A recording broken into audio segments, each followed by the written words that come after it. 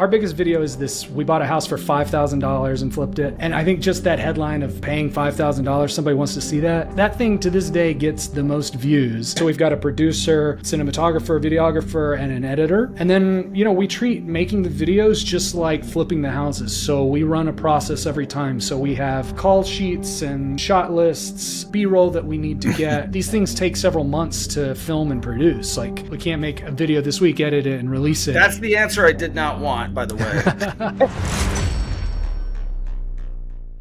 Welcome to the Millionaire Mentorship Podcast. Today we've got a very special guest from the hit YouTube channel, Austin Flipsters. We've got Lincoln Edwards, and he created this program with his longtime friend, co-creator, Lauren. Lincoln, welcome to the podcast. Hey, Troy. Thanks for having me, man. Yeah, for sure, man. It's cool that you're flipping in Austin. One, because I've been there. Two, I know that city is totally transforming. So I'm sure that you've had some insane profits throughout the years and maybe some losses too along the ways. I know I've had that. Tell us a little bit about your story, your journey, how you got into flipping, and where you're at right now. Sure. Yeah. Well, like I said, thanks for having me. Yeah, it's been a ride. I'm a new time Austinite, relatively speaking. I've only been here since 2011. So 13 years at this point, and started flipping here. I originally started in commercial real estate and did some multifamily. But then I got into flipping about 2015, like as a side project, wanted to see if I could do it. And I was, I guess I was, unlucky enough to do well on that first project, you know, cause I thought I was hooked. And then I was like, oh, this is easy. God's gift to flipping or whatever. And, took on a few more, and those weren't so easy, didn't go so well. But I was definitely in Austin at the right time. Like you said, it's been, sort of a land of perpetual boom since 2000. I've had family here since around then. And it's been an upward trajectory really until about this last year, since 2023, back half of 2022, it's been a nonstop bull ride. So been able to, paper over a few mistakes along the way, but yeah, it's been a blast. It's a great city. Having been there, my wife's like childhood friend, now they're 50 something, moved there, I think probably in around 2000. And she said exactly the same thing that you said. And for the longest time, I'm like, this is your friend. She's been here a bunch of times. You've been there and I haven't been there. I want to go check it out. Yeah. And so we stayed over by like a washout where you could go hiking, and it was a like hot Airbnb area according to her. And I just noticed that, like, I'm a real estate investor, so I'm going through there, Lincoln, and I'm looking at these houses getting demoed and new ones being built. I'm like, this is a good area, because I mean, if you're doing that, then it means that the market's on fire. I'm from Seattle originally, so I've seen a lot of that stuff happen there. And then I took the boat tour, and I got to see kind of like your guys' skyline. And then I rented a bike, and I rode around the river. So I felt like I got a pretty good taste of some of what Austin had to offer. And I could tell you that I was impressed. Like, I love Texas, number one. But tell us, like, what are you guys doing in Austin right now since you started flipping in 2015? You've got this amazing, number one, you've got 226,000 followers on YouTube, which is a freaking hard thing to do. I know, because I've put out a lot of videos, and I don't even know how I got to where I'm at, but I'm not even close to you. Yeah, the YouTube thing was honestly was a lark. I think I got, I read a Gary Vee book and got real hyped up, like I should do social media or something. About 2017, I have no idea why I didn't watch any YouTube. I opened up the app and I was like, what's on here? And I was sort of like blown away. I saw these kids making serial videos. I thought it was just like cat memes or whatever, somebody sends you a link to something. And I was like watching these kids making serial videos and I was like, why on earth would they do this? Went down this rabbit hole, discovered, the toy kid, Ryan's toy reviews. And I was like, oh yeah, there's whole businesses here. That kid was slinging toys. 27 million bucks a year. Insane. And I was like, a little bit of a light bulb went off for me. And I was like, oh, okay, I see. This is just marketing. This is top of funnel. People are attaching, businesses to the back end. And so I was like, wow, people. This is a television substitute, which I didn't really get until then. And I was like, yeah, I wonder who's doing HGTV on YouTube. Clicked around, searched. It was a ghost town. I was like, how is no one doing this at the time? I don't know if it still is, but HGTV was like the number 2 cable station behind ESPN. I mean, a ton of folks watch that, and the average demo for HGTV is like 65-year-olds, and YouTube it's like under 30. And I was like, this is where it's heading, and it's a ghost town. Nobody's doing HGTV, and I didn't know anything about media production at the time, but I taught. When did you start YouTube? In 2018. Okay, so I started in 2021, and I'm with you on the journey. Like, I'm 46, so I'm like, why are people doing this? I had a channel since 2005. That's how wrong I did it, but I never did anything. Like, I posted a couple of things here and there, didn't treat it like a business. So when you say top of the funnel, to me, that tells me that you have a little bit of sales and marketing background. What's your background before you got into this? Yeah, a little bit. Yeah, I was, studied marketing and finance. Undergrad, I went to Texas A&M, and I worked in oil and gas, just completely, totally different. And I went back, I did my MBA at Harvard in Boston, and I was like, wanting to get back home, had no idea what I wanted to do. I was just like, I want to live in Austin. And I got a job in commercial real estate. And I was like, well, how hard can that be? Let me figure that out. And all right, yeah. I'm glad you just mentioned Harvard. I am so glad. Can we like take a complete U-turn?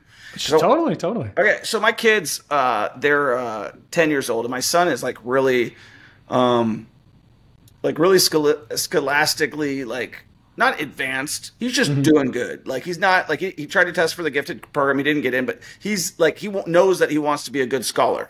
Yeah. And so we were like running through all the colleges because he wants to go to Duke. And I was like, yeah, I think you picked a good one, Duke or MIT. Yeah. And I was talking about Harvard, and my wife is like, Harvard is pushing all these agendas, and I just wanted to talk to like. I've always seen as Harvard as like the creme de la creme, and like not only are you going in there for the education, but you're going in there for the network. And we're facing some local battles here on rent restrictions, rent control, and stuff like that. And the people who are pushing it are Harvard graduates, and I'm like, what are and I'm not trying to get political, but I'm just kind of asking your perspective as going to college there, which in my opinion is the highest institute in the land, or one of them, right? Yeah. How was that for you going through there? And what did you get your degree in? I got an MBA, Master's in Business. Okay. Yeah. So I was in the business school, which is probably a little bit different than some of the other colleges over there. It was sort of like a lifelong dream of mine to go there. I worked really hard to get there, and I grew up in a rural West Texas town, kind of no real exposure to anybody going out there. And I mean, it's a crazy experience. I think you nailed it. It's like, why would somebody do that? It's not necessarily for the education itself. Obviously, it's world class, and the professors are world class. But education's been so democratized. Like, if you're just about learning, it's free online, and there's like super high quality education, above a certain threshold. And then what you're really getting is two things. Is sort of like that network that you mentioned. Yeah. You're just around insane folks. Ilk. Yeah. Ilk. You're getting the bloodline of every like major person. Yeah. And then, there's depending on what you want to do, there's that prestige that comes along with it. I wouldn't recommend it for house flippers because it works against the first you. Harvard house flipper. Yeah. It's probably the only one, if I was to guess. Yeah, I mean, it works against you in a lot of areas. If you come down to Texas, to be honest, that they call that dropping the H bomb when you say it, because some people are going to react a certain way, and with all that, they've obviously been in the news a lot with letting go of their president and all these the congressional testimonies and whatnot.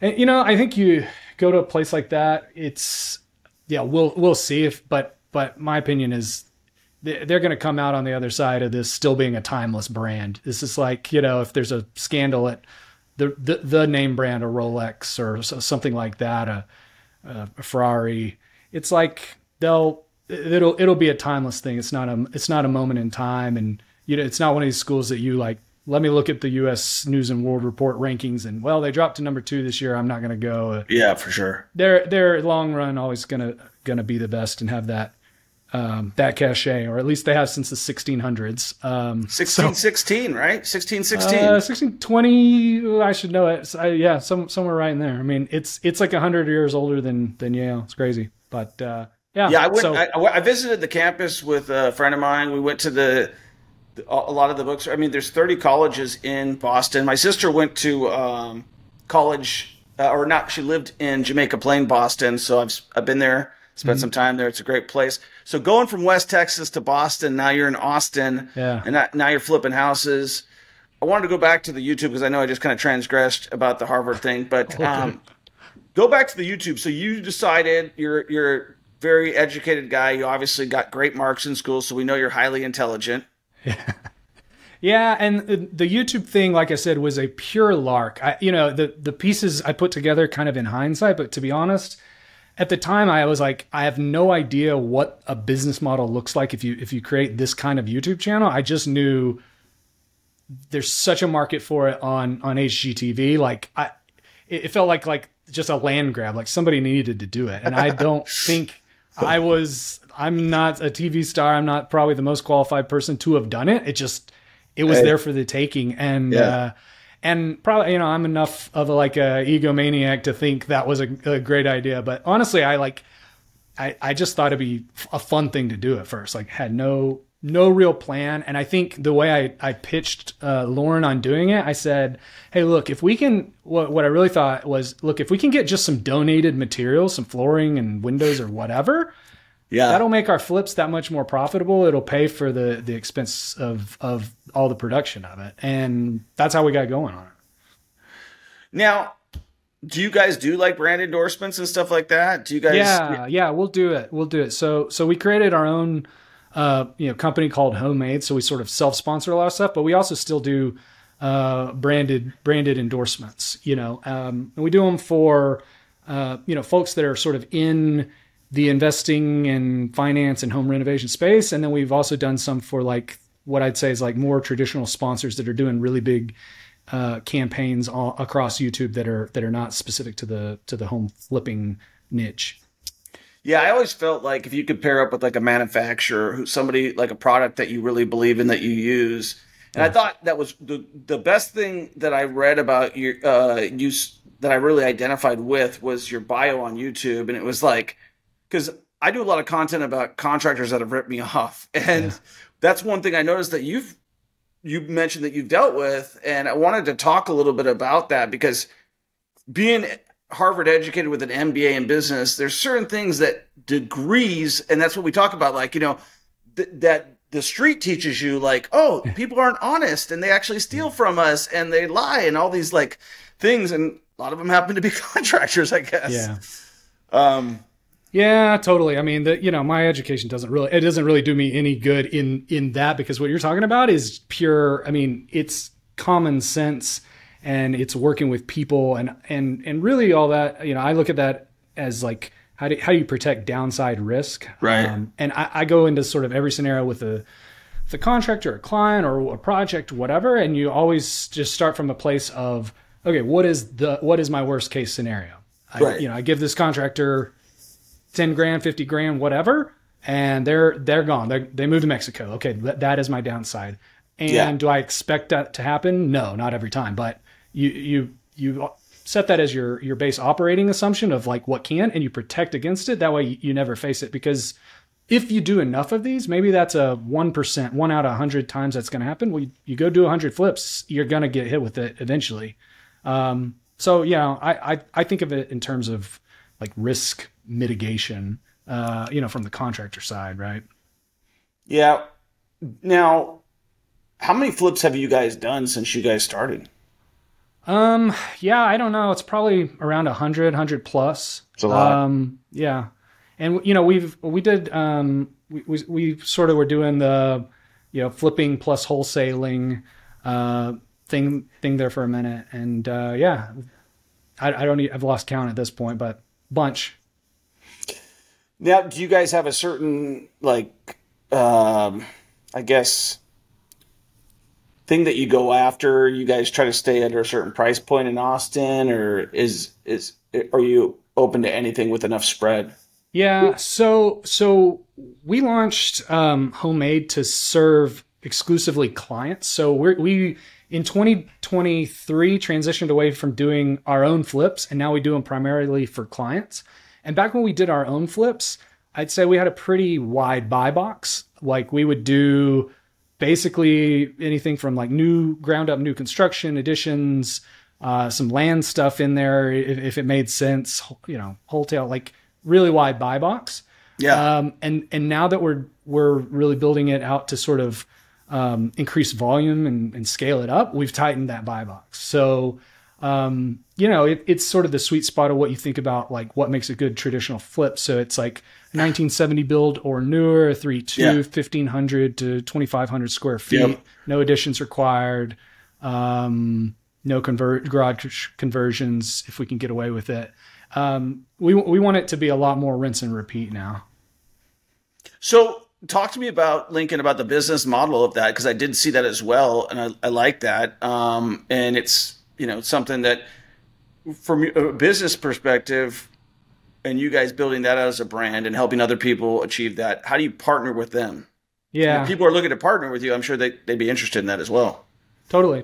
Appreciate that. Well, it started out again as a pure accident. We built sort of the YouTube brand and an audience, and a lot of that audience is obviously interested in flipping. And the number one request we got was for direct mentorship and coaching and advice. I just didn't have that in me. I didn't want to dedicate time. I was really about building the business. But then, we put together, a course that was how to do it. I thought, hey, I can build this one time, let people, take that course. And then they were out and doing it and still asking questions like, who do I use for financing, or what do I do in this specific situation? And it sort of dawned on me that nobody was servicing the flippers in this market like a franchise model, or I think about Shopify empowering folks to compete with Amazon, right? A lot of flippers, or if you wanted to sell something online, like an e-commerce store, you don't need to have to build the website and the back-end order management and the whatever. You've got your widget, you got your t-shirts or whatever you want to sell, and Shopify sort of empowers them as a platform to go launch that. That's what I wanted to build with Homemade, which is how do we build out all the apparatus and then add folks on top of it? So we're taking our folks through the whole experience of flipping. We call it flipping as a service. So we're doing everything from finding properties, identifying houses for folks to flip, and then we're putting together budgets and scopes of work on that, and a design and material sort of packages that we recommend. So sort of like a fast food menu. Do you want option 1, 2, 3? Supersize it. Exactly. So then we work with our folks, take down the house. We work with them on the package, and then we contract directly with them. So we've already given them a bid up front of what we'll go out and renovate that for. And then we manage that process for them. So we've got folks from all over the country. We do it virtually with a lot of folks. So we've got a client portal where they're tracking progress on their project, photos, timelines. What do you guys use for that? Well, we built out our own platform for that. So we were using a tool called Monday.com. Yeah, familiar with that. To track and manage it. And then we've launched this year our own in-house portal, so it can track a lot more. So it can track their deal pages and closings all the way through the project management. And then we list the properties for folks on the back end. So get it on market. We've got a brokerage. We'll get it listed, get it, field offers negotiated and closed. So it's like, soup to nuts, flipping as a service. Yeah, I see the need for it. I mean, I could see that a lot of my students, it's so hard for people to get started flipping, and if they're looking to partner with somebody who's done it successfully, there could be a win-win situation. Now, my question for you is like, are you charging them a GC fee? Are you charging them a real estate fee, or is it a pure profit share, or is it a combination thereof? So it's no profit share, so we don't take any upside and we don't take any downside. So typically, imagine it's like a wholesaler, a contractor, and a real estate agent kind of bundled to one. Got it. So we'll take a fee on that acquisition. So there's a markup. It's usually about 3%. Okay. On the purchase. They buy the houses in their own LLCs. Okay. And then we do the construction with a margin. So it's typically about 20-25% margin on that construction. Nice. And then we list it for 1% on the back end. But which we also is actually a hell of a deal. Yeah. And so, since we have sort of that whole value chain, we can charge a little bit less. And then, the pitch to folks too is like, we've got financing partners that'll lend at their sort of experienced flipper rate, so they can get a little bit cheaper than they otherwise could. And are you using like Kiavi and Old Dominion and some of these larger brands, or is it more local banks in Texas? It's a couple local folks that we like because we work directly with them, and we like their draw process. We got certainty of close on that. We've got sort of direct relationships with those folks. Awesome. But yeah, so the totality of it, our goal is for these things to be cheaper or at parity with what somebody would spend on their own. But really, the real value prop is in sort of like the speed and certainty of execution. So it's like all the nightmares around the renovation that folks get into, like we mentioned with the contractors and really putting together appropriate scopes too, because we have all our houses inspected and put together our scope based on inspection versus like just a regular wholesale deal where you wouldn't get something like that. And we're the ones, wholesaling it, but we're standing right there to do the construction work as well. So it's not a made up number that we said, oh yeah, this renovation will cost you $50,000, and then turns out it's more like 100. We've bid the whole thing out, and then we go into contract with our folks to actually deliver that work. So you're getting sort of that end to end like experience. We've thought through the whole life of the deal rather than just saying, hey, how do we move this house as a wholesale deal to get as big a fee as we possibly can. We've underwritten it, put together comps for the exit on the back end, and that's what we work with our clients on. We're selling them projects, not houses. So it comes, hey, if you want to do this house plus this scope of work for this budget, we think it's going to hit these comps, these ARVs. If you agree with that, let's work together. If you don't, there will be another one. But it really, I think it really limits a lot of the pitfalls that you're going to run into, and it empowers folks that are, that don't have the time. A lot of I'd say high W-2 folks that are interested in flipping, but they don't have the time to go project manage in person. So we've got a lot of folks that are doctors, lawyers, engineers, or husband and wife teams where maybe one of them's a high W-2 earner or not.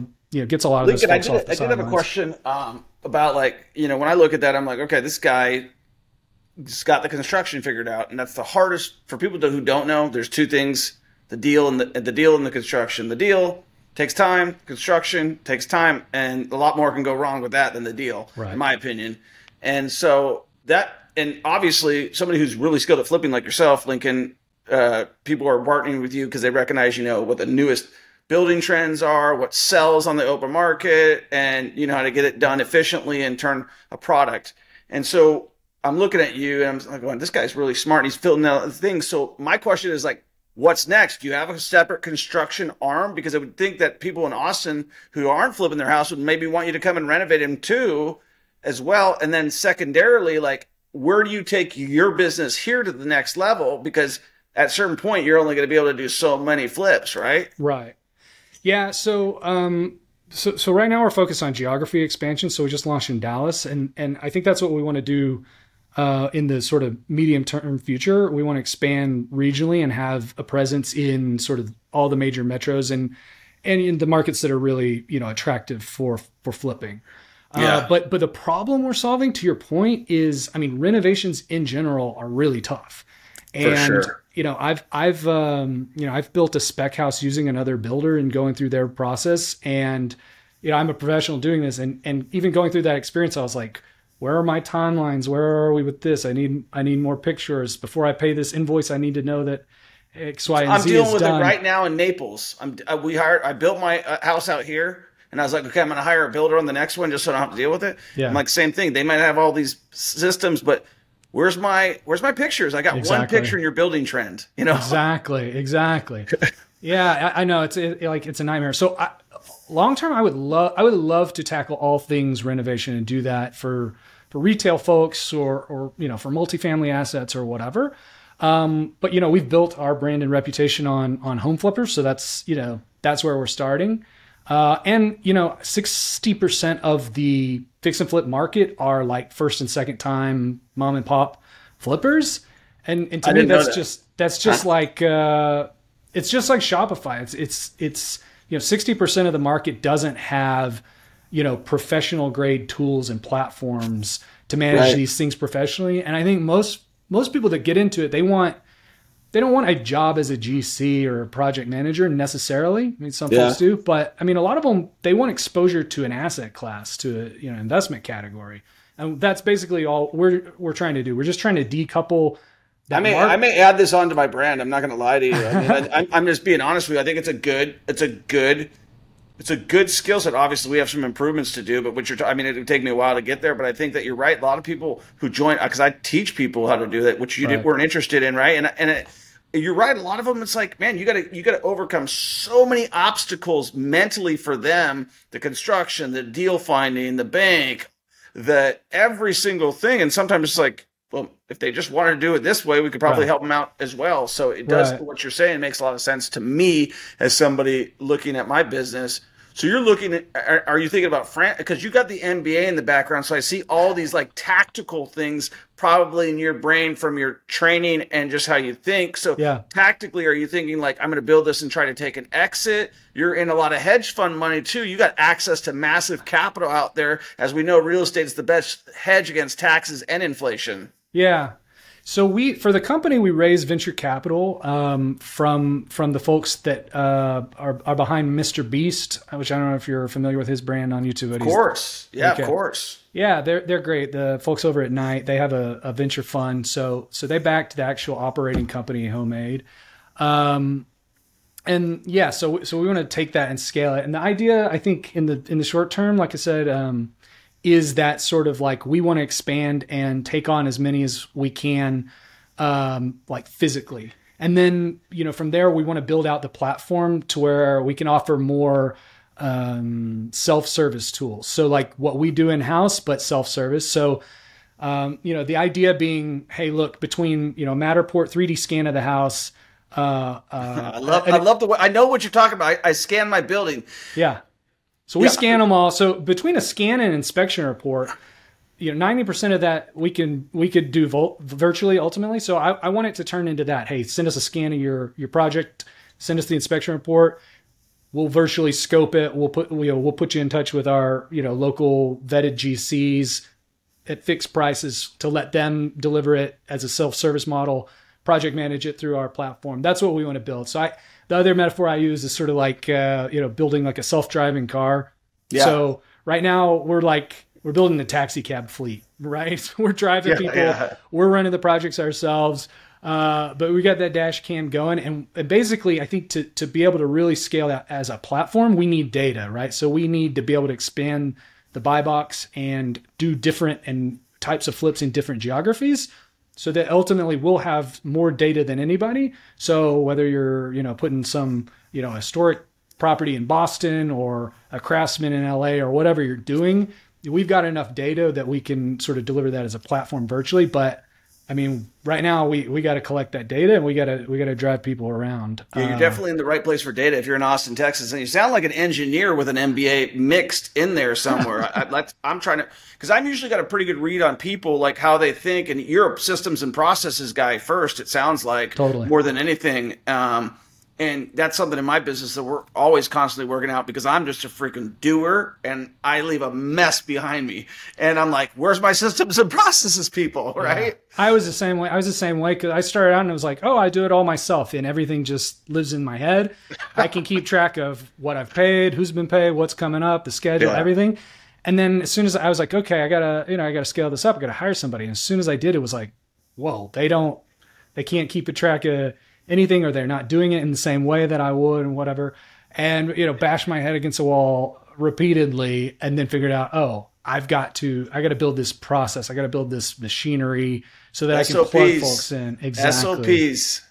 So I'm people get tired of me talking about our SOPs, our playbooks, how we're running these plays. Core values. Exactly. But, if you think about what we're doing, it's such a complicated business. We're running at least 4 businesses here together, a wholesale and acquisition shop, a construction shop, a brokerage, and a media company. So it's too ambitious. We've got too many moving parts for that to not be hyper detailed. And the product that we're building for our clients, the whole reason it even needs to exist is because of these mountains of complexity and the one-off things that, like, if you hadn't done 10 flips, maybe you never came across cast iron plumbing and you didn't even know to be on the lookout for that. Or, a million other, as bumps in the road that can blow up an entire deal, and you don't learn them until you learn them the hard way. Or, so if we don't build, that costs money. The education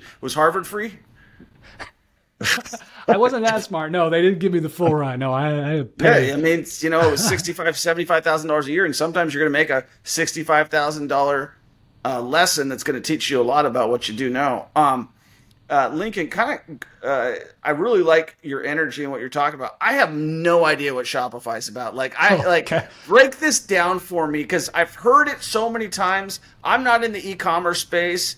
We were going to launch an Amazon store. It just didn't seem like a good use of my time, because I'm not good at that space, Yeah, well, I'm same. I'm not an e-commerce guy, but read a lot of Shopify. I think so. People are probably going to fact check me, but they basically check them, guys. I think that, so they started out as a snowboard shop where they were trying to sell snowboards online. And just like the building a website, tracking, orders, fulfilling the inventory, tracking returns, exchanges, they were like, we just want to sell snowboards. Why does none of this exist, right? And so they pivoted basically to not selling the snowboards anymore, but building all the software that empowers that. So because a lot of what you're doing is the same every time, whether you're selling a snowboard or a roller skates or t-shirts or whatever. Folks want to be able to quickly spin up a website, boom, beautiful templates. They don't want to go hire a designer. They want to plug and play, their pictures, their product, their copy. And then on the back end have, those notifications that automatically go out when you've left something in your shopping cart, and all the bells and whistles that you experience and kind of take for granted with Amazon or these big shops that have built it. They basically just, we call it arming the rebels, basically. So, professional. Do you guys use Shopify in your business right now, Lincoln? We don't. I don't, because we don't sell anything retail, right? Yeah. But I mean, it's the go-to if you're selling a physical product. So something similar to Shopify that I'm using in my business, very similar, is Go High Level. Have you heard of that one? Yeah, I heard of it, but I don't know a lot of it. But tell me.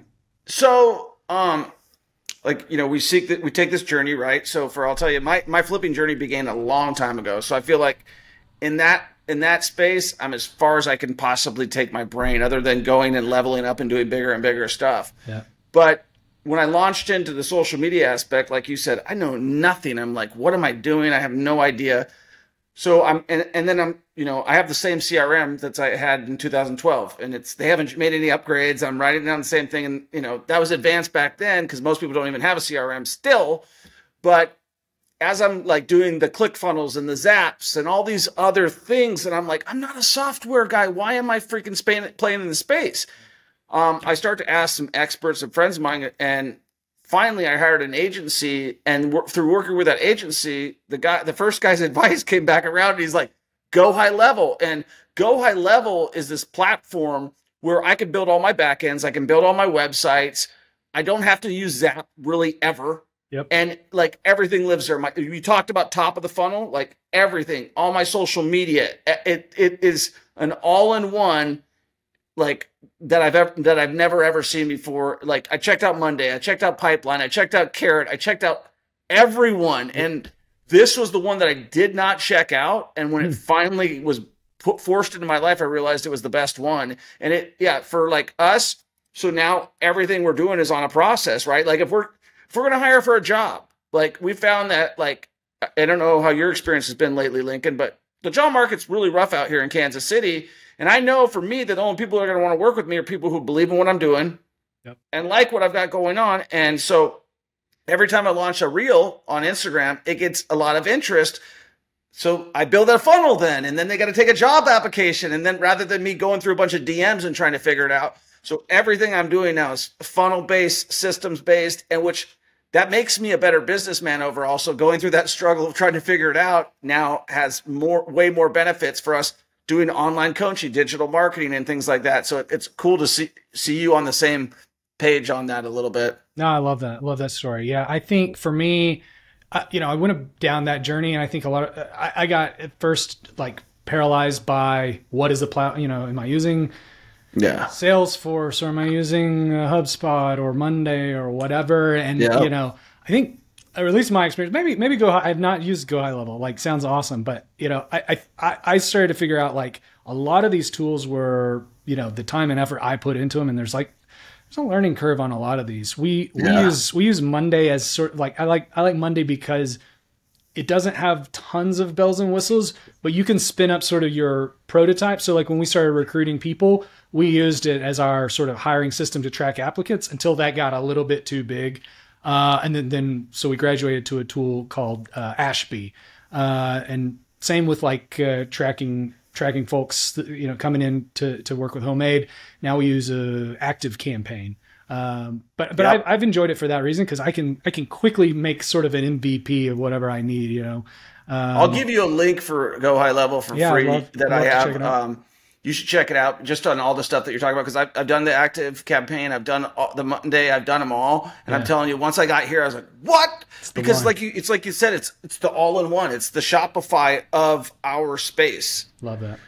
And so that's why when you kept breaking it, I'm like, am I missing something on the Shopify side? Like the FOMO. Yeah, no, all good. And like I said, it's a metaphor for how our business works. So I'm sure folks that are out here using Shopify are like, it's not. He's totally wrong.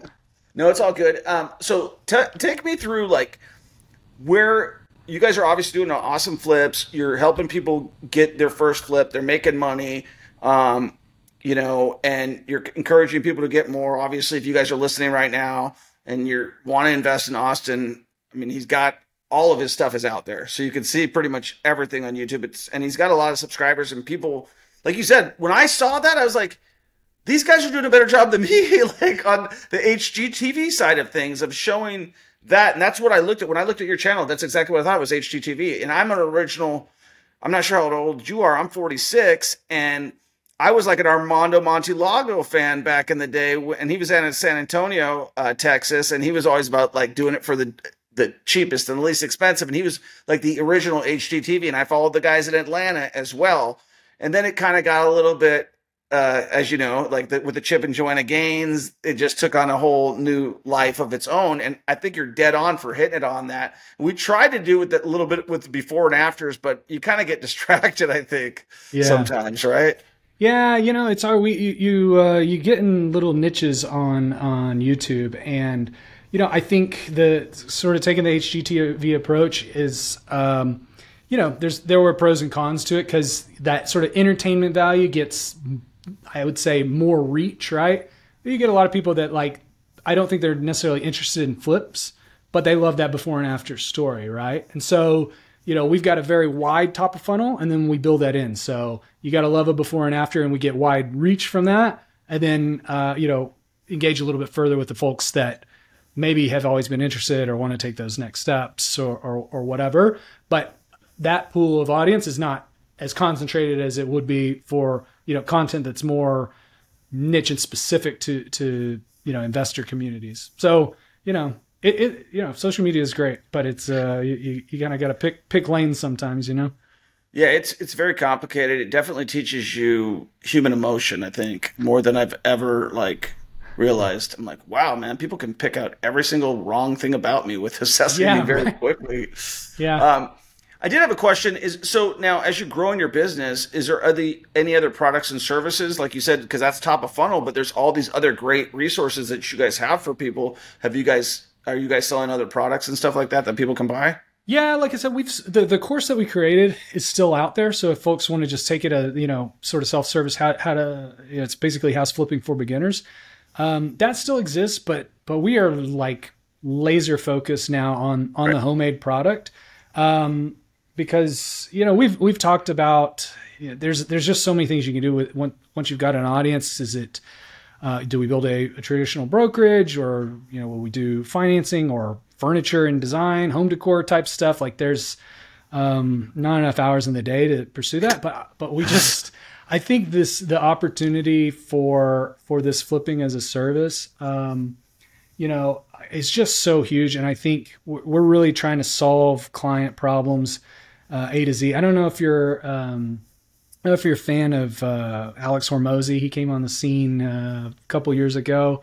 He sold his gym business. I liked a lot of. He's got a book, $100 Million Offers, and I think I have it right here. You got it. I haven't read it, but I do have it. Yeah, give it a read. And he's got a new one about lead gen that I haven't read yet. But he's sharp. He's a sharp guy. I loved his book about offers, where he's what we're trying to do is sort of solve the whole pain point of somebody. And I think if you can do that, it's the easiest to get a yes. It's a no-brainer for folks to sign up, and it's the hardest to fulfill, obviously, right? Because you're making the promise of, we're going to find it, we're going to fix it, and we're going to exit, rather than just saying, hey, we're going to build this software that just helps you underwrite properties, or just helps you blast offers, or whatever. That's a piece of it.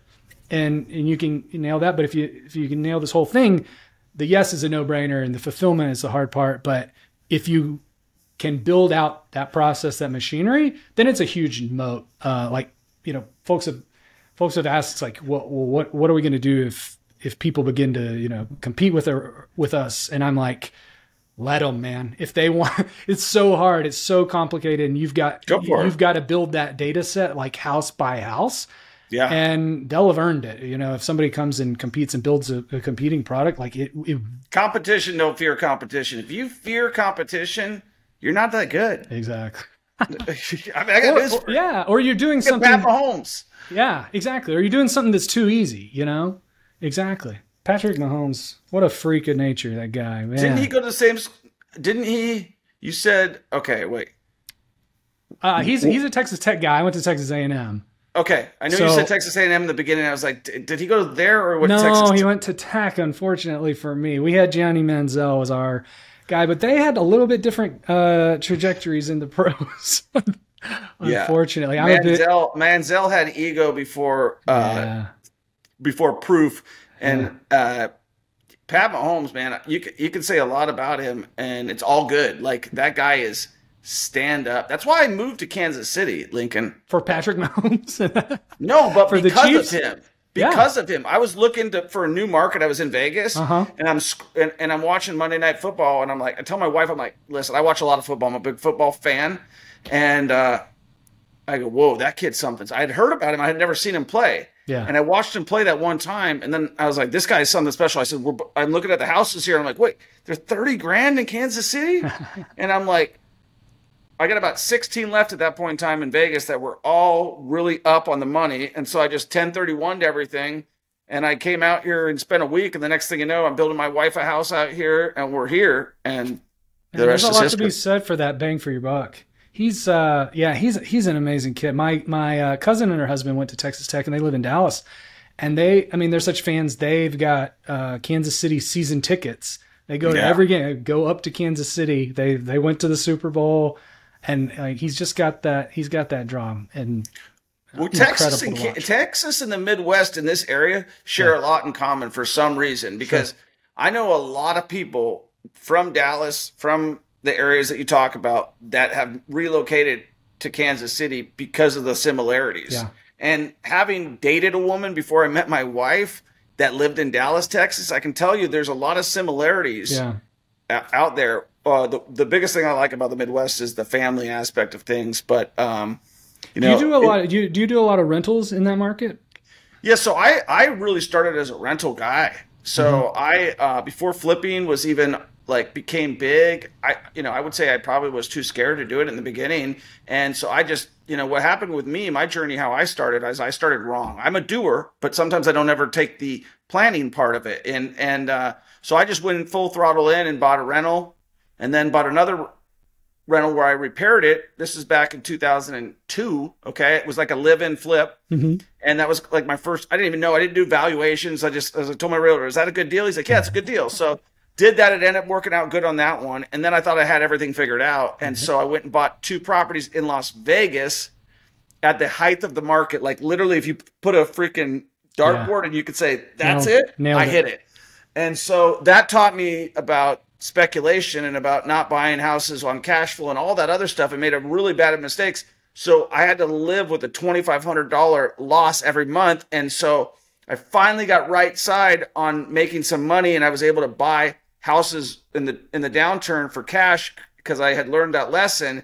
And so I was doing that up until about 2012, and then I started flipping.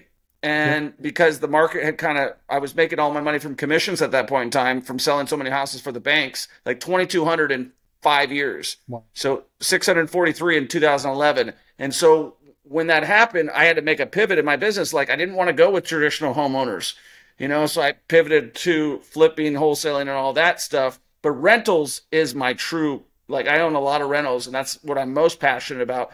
But what I like, where I'm headed with my stuff, Lincoln, is I'm trying to focus. Like, I think I'm done flipping, to be honest with you. Like, I think I'm going into, this is a building I'm at, is 96,000 square feet. And so I want to go into more of a capital raiser and a design build guy where I pair up, like, I understand how to get a good deal, commercial or otherwise.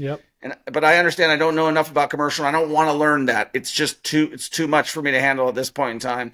Pair up with a design build guy, let them handle that, me be the capital raiser through social media and some other like immigration laws that are passed, and pairing up with the attorneys and stuff like that. I feel like that's where I'm headed. And then my exit, since you're an MBA, my exit is I want to go and take my company public and exit publicly. Yeah, that's awesome, man.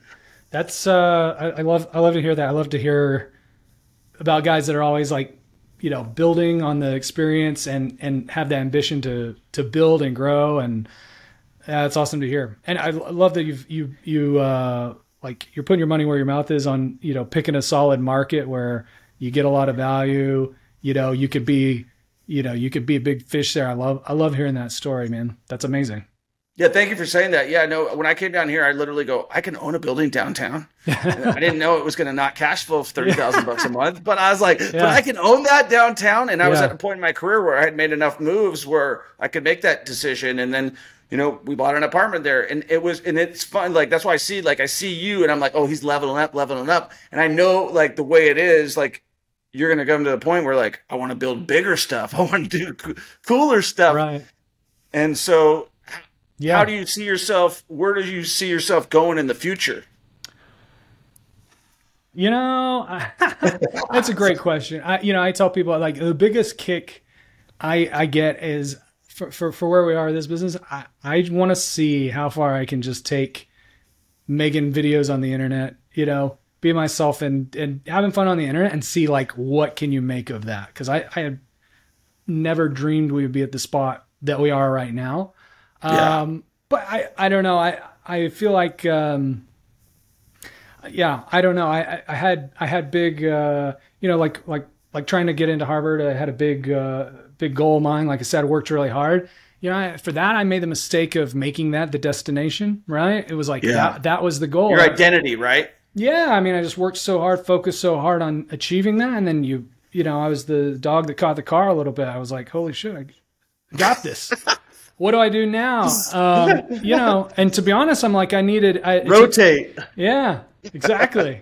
It took me years to like figure out the identity, figure out the next vision, and get into a place where it's like satisfied in the moment, but still ambitious and building and growing, and having a trajectory and not necessarily a destination, I guess is a way to put it. So I just want to see how far we can take this thing, how big we can build it, and like I said, I mean, there's the opportunity set so huge going into all types of sort of renovation projects. I'm really excited about getting into markets where the rental economics make a lot more sense, because in Austin it's a good flipping market. It's not great for buy and hold rentals, and a lot of folks like Birmingham a lot, and the Midwest, obviously Birmingham and Midwest for me.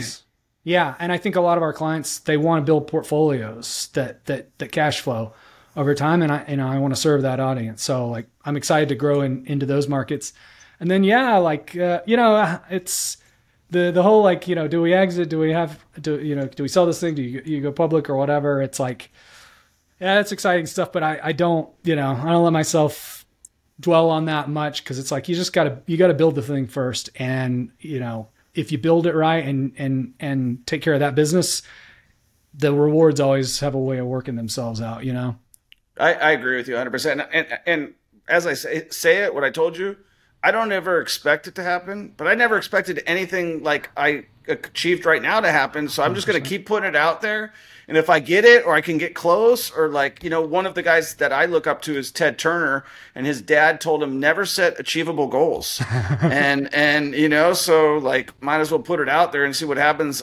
Tomorrow's not guaranteed. We just saw what happened in Kansas City. You know what I mean? Like it could be me. I could be the one 6 feet under. There. So you were right there. Yeah. Yes. So I just wanted to ask a couple more questions. So Lincoln, you mentioned the YouTube. You've got that really figured out. What is your process for planning a video and realizing like we've tried a couple things that used to be me just going around and shooting stuff and trying to now we're trying to plan our videos a little bit more. Where have you found your most success on YouTube? Well, since day one, I was running another business. I was flipping, and I was like, if we're going to do the YouTube thing, I want to invest in like a professional editor, videographer, or whatever. There was enough money coming from the flips. I'm like, I can justify this a little as a right. And like I said, I thought maybe there's a way to make some money, but most folks don't do that, right? It's them with the iPhone and, it got a little traction. Let me invest a little bit more. Yeah. We sort of set that baseline. And for me, I'm glad I did, because I don't think I could have built a brand without sort of some infrastructure. And we built that up over time. So my partner, Lauren, heads really our creative team now at this point. So we've got a producer, a cinematographer, videographer, and an editor. So it's really a 3-person team. And then, we treat making the videos just like flipping the houses. So we run a process every time. So we have, we have call sheets and shot lists, all the, B-roll that we need to get. We have schedules of, I think unlike a lot of videos on YouTube, these things take several months to film and produce. Like, so it's not, we can't make a video this week, edit it and release it. That's the answer I did not want, by the way. It's so doing what, and to be honest, like I'm a little hesitant to give this because it's not advice. Like I would advise the average person, if you're thinking about doing it, don't go throw thousands of dollars at this thinking it'll work. Cause to be honest, it probably won't. And what worked in 2018, cause it was a no man's land, probably doesn't work today. Cause you're competing with me. Right? You're competing with folks that have built up that audience and that moat, and now they're getting recommended. So, sometimes, it's worth sort of being a pioneer or being willing to just like grind and grind and grind. But I think if I were advising folks on like, if you wanted to do the social media thing, I would start day one and tie that to a product. I don't know if you've ever met or talked to Matt Reisinger. He's got a channel called The Build Show. He's like a custom home builder. He's here in Austin. Don't know him well, but I've met him a time or two. And he started out just making some videos about his custom home projects. Yeah. And he, now he's got, I don't know, maybe 1 million plus followers and on YouTube. But he told me back in the day, I had 5,000. These videos would get a few hundred, few thousand views. and he'd get a custom home client out of it because the quality. So, and a custom home project for him meant, hundreds of thousands of dollars in revenue or whatever. And I think a lot of the folks that have done well can immediately tie watchable entertainment content to a niche with a natural product. And if not a product that you can make day one, if you've already got a business, amazing, like tie it to that. But, all of these creators that have done really well, they just find a niche you wouldn't have even thought, mowing lawns or dentistry. I'm a big fan, by the way, of that stuff. Shout out SB Mowers, Wichita, Kansas. Like, I love watching that stuff. Right? I used to do that. Right. And I mean, like, you can just see the opportunities from a guy like that. You can co-brand yard, you could release yard equipment. Obviously there's the service business of like people that are going to, call you up. So, I think there's some amazing niches in that space still. If you are a roofer or electrician or a dentist or whatever you're doing. And I think you can make that sort of more organic, filmed yourself content. But I'd make it entertaining and I'd make it searchable for somebody looking kind of for that product at first. And, I think that's, you guys put a lot of functionality in your keywords and whatnot. And, do you guys try to optimize for SEO? We do. I mean, we put that stuff out there. But at a certain, once you've built an audience size, you're really relying on that algorithm pushing you out and, hey, they're putting a thumbnail in front of somebody and do they click it? Do they not? But when we started out, the SEO is much more important. Because like, if you don't have an existing audience, YouTube's not necessarily trusting you as an account that they want to waste valuable real estate on their home screen, serving up your video. If you have no following, why would they risk putting out your video versus Mr. Beast's or whatever? Because if you don't click it, they don't get ad revenue. You might bounce from the platform. So it's sort of, the rich get richer there, unless you're tapping into that search market and you're delivering the specific content that they want. And I wouldn't, so this is really funny, but like one of the very first videos we never did another one like it, was I was taking a trip to Cancun, Mexico. I was just staying at a resort down there. And I was like, I searched reviews of this resort on Cancun, and they were garbage. They were an hour long, somebody shaky iPhone or whatever. I was like, I could easily dominate this video search for this one resort with a high quality video. And I shot that all myself, but like put some editing in it. And that got a lot of views for people looking for that resort. It had nothing to do with house flipping. But what it did on YouTube is it gave our account a little bit of legitimacy. It told the sort of YouTube algorithm, hey, look, they're making videos that aren't just home videos they're uploading for themselves. Like this is content to be consumed and that other people will watch and stick through, and there's some value. And I don't know how the YouTube algorithm truly works, but there's some momentum once you've established like, okay, my account is producing quality, repeatable video content. So like I said, the search I need someone at YouTube to just put their thumb on the gas for me. I have certain videos that like have been well produced, really good ones, like that we put a bunch of time in it, and I'm like, 1,000 views? Are you kidding me? Right. 1,000 freaking views? Right. Like, and people like coming to me and saying, man, that was the best video. How did that only get it? And I'm like, you know what? Whatever it's going to be. But you got me thinking about a producer for sure. I mean, it's an investment. We did, so our biggest video is this. We bought a house for $5,000 and flipped it. And I think just that headline of paying $5,000, somebody wants to see that. That thing to this day gets the most views. We did, Lauren and I have a podcast, and we did an episode on that $5,000 house and the story behind the video. But like the long and short of it is we almost didn't make that video because the house wasn't in Austin. We only visited it, I think, 3 times. Lauren only went once. Yeah. We're like kind of phoning it in on this video, and it's by far the biggest one. Millions of views.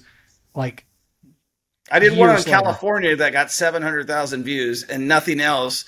Like, and I'm like, what? Right. Like, like, so let's go do 3 more of these. Yeah. You know? And I think, I don't know, there's a whole science to that, but I think also like consistent content, repeatable content, like, my brother has a band. They made a video that went viral, one of their songs, but that video was very different than the rest of the content they make. And, I think that's like, a lot of viral videos get caught in that loop, because if the popular thing isn't enough like what you do everything else, then the views from that popular video don't translate to your deeper catalog of content. And the next time you create content, it's going to put it out against that video, the audience that got a lot of views, and say, hey, here's another one. Is it the same? And if it's not the same, they don't click it and it doesn't get pushed. So, having really viral videos can kind of like lift. Yeah, exactly. Yeah. It's totally helps you get you on the radar when you have a lot of stuff that doesn't do well. And one thing I've noticed just from like the longer you're on there and the more content you produce, you look at something that you didn't think did well, and then you go back and you're like, whoa, 30,000 views. I didn't think that thing did anything. Yeah. Yeah. So I haven't looked at the money for me. I think our best month ever was $5,000. I know you do, but it was $5,000. I was happy about it. It's getting some of my return back. Lincoln, just to kind of wrap things up, I really appreciate talking to you. I had a whole agenda planned. I threw it completely out, so I'm sorry that we kind of jumped all over the place. All good. So if somebody's out there listening and they want to work with you, how do they get a hold of you? And then to follow up with that, is there any advice for people, like if you were to go back and talk to your younger self, and for people who are trying to struggle to whatever it is, what advice would you give them? Yeah, well, appreciate you having me on. In terms of advice, gosh, I'm not a huge advice guy. Just Google it. I just feel like everyone's journey is their own. But real estate is a great industry. I would say, one, don't do what I did, which is like think because you had one win, you're God's gift to flipping. But I think also, don't make the opposite mistake. I see it so many folks that are like, I've read every book there is. I've listened to every podcast there is. Have you flipped a house? Well, like, no. So eventually you've either got to say, hey, look, I don't have the time or resources I can't dedicate to this, or, hey, I'm going to give it a go. Take that leap. And then, like I said earlier, I would say, think about what is your worst case? What is your downside, worst that can happen? Sometimes it's not as bad as you think, but always mitigate it and be okay with that worst case scenario. I light this money on fire. Okay, that was tuition. But know what that downside risk is, and be okay with it and mitigate it. So I don't know. Like I said, advice, not my thing. But if you want to work with me, first of all, you got to get subscribed to the Austin Flipsters channel on YouTube. Just 100. Search us up. And we'll link to that. Oh yeah, appreciate you. And then for anybody in your audience that like wants to flip, or the homemade house flipping as a service is appealing. Like I said, we're in Austin and Dallas right now and expanding to other geos. Go check out homemade.co. It's homemade, like just homemade apple pie, homemade.co. It's not .com. And then, there's an application to work with us on there. So you submit your info, we'll get in touch. And then, we'd love to talk to you. We'd love to work with folks that are interested in flipping houses. Awesome. Well, it's been a pleasure having you on. I appreciate you sharing your journey, sharing your story. And, I can tell big things are on the way for you and your partner. And next time I'm in Austin, I'll hit you up. And if you're ever in Kansas City, please feel free to reach out. Or for that matter, if you ever need anything, please feel free to reach out. Guys, make sure that you give Lincoln a 5-star review. He's just dumped a ton of great information on us today. And make sure that, like what he said, like, and I'm going to summarize it my way. I would say shit or get off the pot, because like there's so much uncertainty. You're only going to know. What I will say is make sure you want it bad enough, because it boils down to how bad you really want it, and, follow great guys like Lincoln who are doing it so you can get inspired, but don't just follow them and never do anything. So cool. Troy, this is awesome, man. Appreciate you having me on. This has been great. Okay. Cool, man. Peace. Did you ever want to invest in real estate? Did you ever want to live the life of your dreams? Did you want financial freedom? We have a free Facebook group, the Millionaire Mentorship Facebook group for real estate investing. Make sure you join. The link is in the description. If you want to schedule a free call with me and my team and you actually want to start, I would suggest you do so. We have helped hundreds of people change their lives, and all they had to do was get started. They booked a call with me and my team, and they got the ball rolling. And I'm so confident that if you don't get your first or next investment property within the first 90 days, you don't pay, and I'll give you $1,000 cash. That's how confident I am. Obviously, you got to take action. You can't just do nothing and expect that to happen, but that's life. Life's all about taking action. Make sure you give this podcast a 5-star review, share it with a friend, and take action.